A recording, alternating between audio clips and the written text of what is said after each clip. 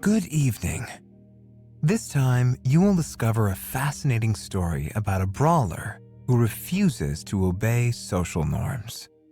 Tonight, I will read to you about the incredible adventures of Huckleberry Finn, a boy who constantly strives for freedom.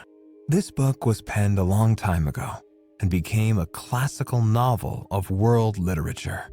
Its author is the famous American writer Mark Twain. Take a deep breath and exhale. Then another deep breath and exhale. The sun was up so high when I waked that I judged it was after 8 o'clock. I laid there in the grass and the cool shade thinking about things and feeling rested and rather comfortable and satisfied. I could see the sun out at 1 or 2 holes, but mostly it was big trees all about and gloomy in there amongst them. There was freckled places on the ground where the light sifted down through the leaves, and the freckled places swapped about a little, showing there was a little breeze up there. A couple of squirrels sat on a limb and jabbered at me very friendly. I was powerful, lazy, and comfortable. Didn't want to get up and cook breakfast. Well, I was dozing off again when I think I hear a deep sound of boom away up the river. I rouses up and rests on my elbow and listen. Pretty soon, I hear it again. I hopped up and went and looked out at a hole in the leaves, and I see a bunch of smoke laying on the water a long ways up, about abreast the ferry. And there was the ferry boat full of people floating along down. I knowed what was the matter now. Boom! I see the white smoke squirt out of the ferry boat's side. You see, they was firing cannon over the water, trying to make my carcass come to the top. I was pretty hungry, but it weren't going to do for me to start a fire, because they might see the smoke. So I sat there and watched the cannon smoke and listened to the boom. The river was a mile wide there, and it always looks pretty on a summer morning. So I was having a good enough time seeing them hunt for my remainders, if I only had a bite to eat. Well, then I happened to think how they always put quicksilver in loaves of bread and float them off, because they always go right to the drowned carcass and stop there. So, says I'll keep a lookout, and if any of them's floating around after me, I'll give them a show. I changed to the Illinois edge of the island to see what luck I could have, and I weren't disappointed. A big double loaf come along, and I most got it with a long stick, but my foot slipped and she floated out further. Of course, I was where the current sat in the closest to the shore. I knowed enough for that. But by and by along comes another one, and this time I won. I took out the plug and shook out the little dab of quicksilver and set my teeth in. It was baker's bread. What the quality eat. None of your low-down corn pone. I got a good place amongst the leaves and sat there on a log, munching the bread and watching the ferry boat, and very well satisfied. And then something struck me. I says, now I reckon the widow or the parson or somebody prayed that this bread would find me, and here it has gone and done it. So there ain't no doubt, but there is something in that thing. That is, there's something in it when a body like the widow or the parson prays, but it don't work for me, and I reckon it don't work for only just the right kind. I lit a pipe and had a good long smoke, and went on watching. The ferry boat was floating with the current, and I allowed I'd have a chance to see who was aboard when she come along, because she would come in close, where the bread did. When she'd got pretty well along down towards me, I put out my pipe and went to where I fished out the bread and laid down behind a log on the bank in a little open place. Where the log forked, I could peep through. By and by, she come along, and she drifted in so close that they could run out a plank and walk to shore. Most everybody was on the boat. Pap and Judge Thatcher and Bessie Thatcher and Joe Harper and Tom Sawyer and his old Aunt Polly and Sid and Mary and plenty more. Everybody was talking about the murder, but the captain broke in and says, "Look sharp now. The current sets in the closest here, and maybe he's washed ashore and got tangled amongst the brush at the water's edge. I hope so anyway." I didn't hope so. They all crowded up and leaned over the rails, nearly in my face, and kept still, watching with all their might. I could see them first rate, but they couldn't see me. Then the captain sung out, "Stand away!" And the cannon let off such a blast right before me that it made me deaf with the noise and pretty near blind with the smoke. And I judged I was gone. If they'd have had some bullets in, I reckon they'd have got the corpse they was after. Well, I see I weren't hurt, thanks to goodness. The boat floated on and went out of sight around the shoulder of the island. I could hear the booming now and then, further and further off.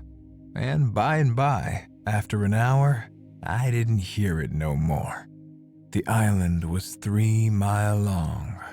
I judged they had got to the foot and was giving it up, but they didn't yet a while.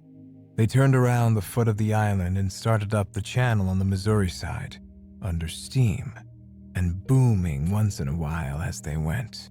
I crossed over to that side and watched them. When they got abreast ahead of the island, they quit shooting and dropped over to the Missouri shore and went home to the town. I knowed I was all right now. Nobody else would come a-hunting after me. I got my traps out of the canoe and made me a nice camp in the thick woods. I made a kind of a tent out of my blankets to put my things under, so the rain couldn't get at them. I catched a catfish and haggled him open with my saw, and towards sundown I started my campfire and had supper. Then I set out a line to catch some fish for breakfast. When it was dark, I sat by my campfire smoking and feeling pretty well satisfied. But by and by, it got sort of lonesome. And so I went and sat on the bank and listened to the current swashing along, and counted the stars and drift logs and rafts that come down. And then went to bed. There ain't no better way to put in time when you are lonesome. You can't stay so, you soon get over it.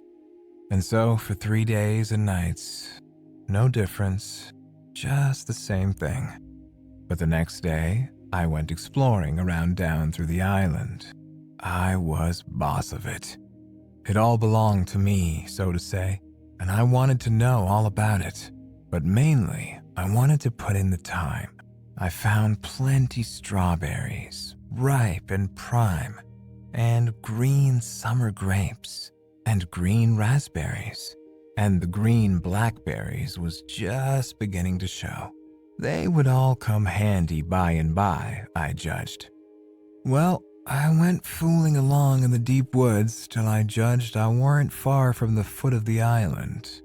I had my gun along, but I hadn't shot nothing. It was for protection. Thought I would kill some game nigh home. About this time, I mighty near stepped on a good-sized snake, and it went sliding off through the grass and flowers, and I after it, trying to get a shot at it. I clipped along, and all of a sudden I bounded right onto the ashes of a campfire that was still smoking. My heart jumped up amongst my lungs. I never waited for it to look further, but uncocked my gun and went sneaking back on my tiptoes as fast as ever I could. Every now and then, I stopped a second amongst the thick leaves and listened, but my breath come so hard I couldn't hear nothing else. I slunk along another piece further, then listened again, and so on and so on. If I see a stump, I took it for a man. If I trod on a stick and broke it, it made me feel like a person had cut one of my breaths in two, and I only got half, and the short half too. When I got to camp, I weren't feeling very brash. There weren't much sand in my craw, but I says, this ain't no time to be fooling around. So I got all my traps into my canoe again so as to have them out of sight, and I put out the fire and scattered the ashes around to look like an old last year's camp, and then clumb a tree. I reckon I was up in the tree 2 hours, but I didn't see nothing. I didn't hear nothing. I only thought I heard and seen as much as 1,000 things. Well, I couldn't stay up there forever, so at last I got down. But I kept in the thick woods and on the lookout all the time. All I could get to eat was berries and what was left over from breakfast. By the time it was night, I was pretty hungry. So when it was good and dark, I slid out from shore before moonrise and paddled over to the Illinois bank, about 1/4 mile. I went out in the woods and cooked a supper, and I had about made up my mind I would stay there all night when I hear a plunkety-plunk, plunkety-plunk, and says to myself, horses coming. Next, I hear people's voices. I got everything into the canoe as quick as I could, and then went creeping through the woods to see what I could find out.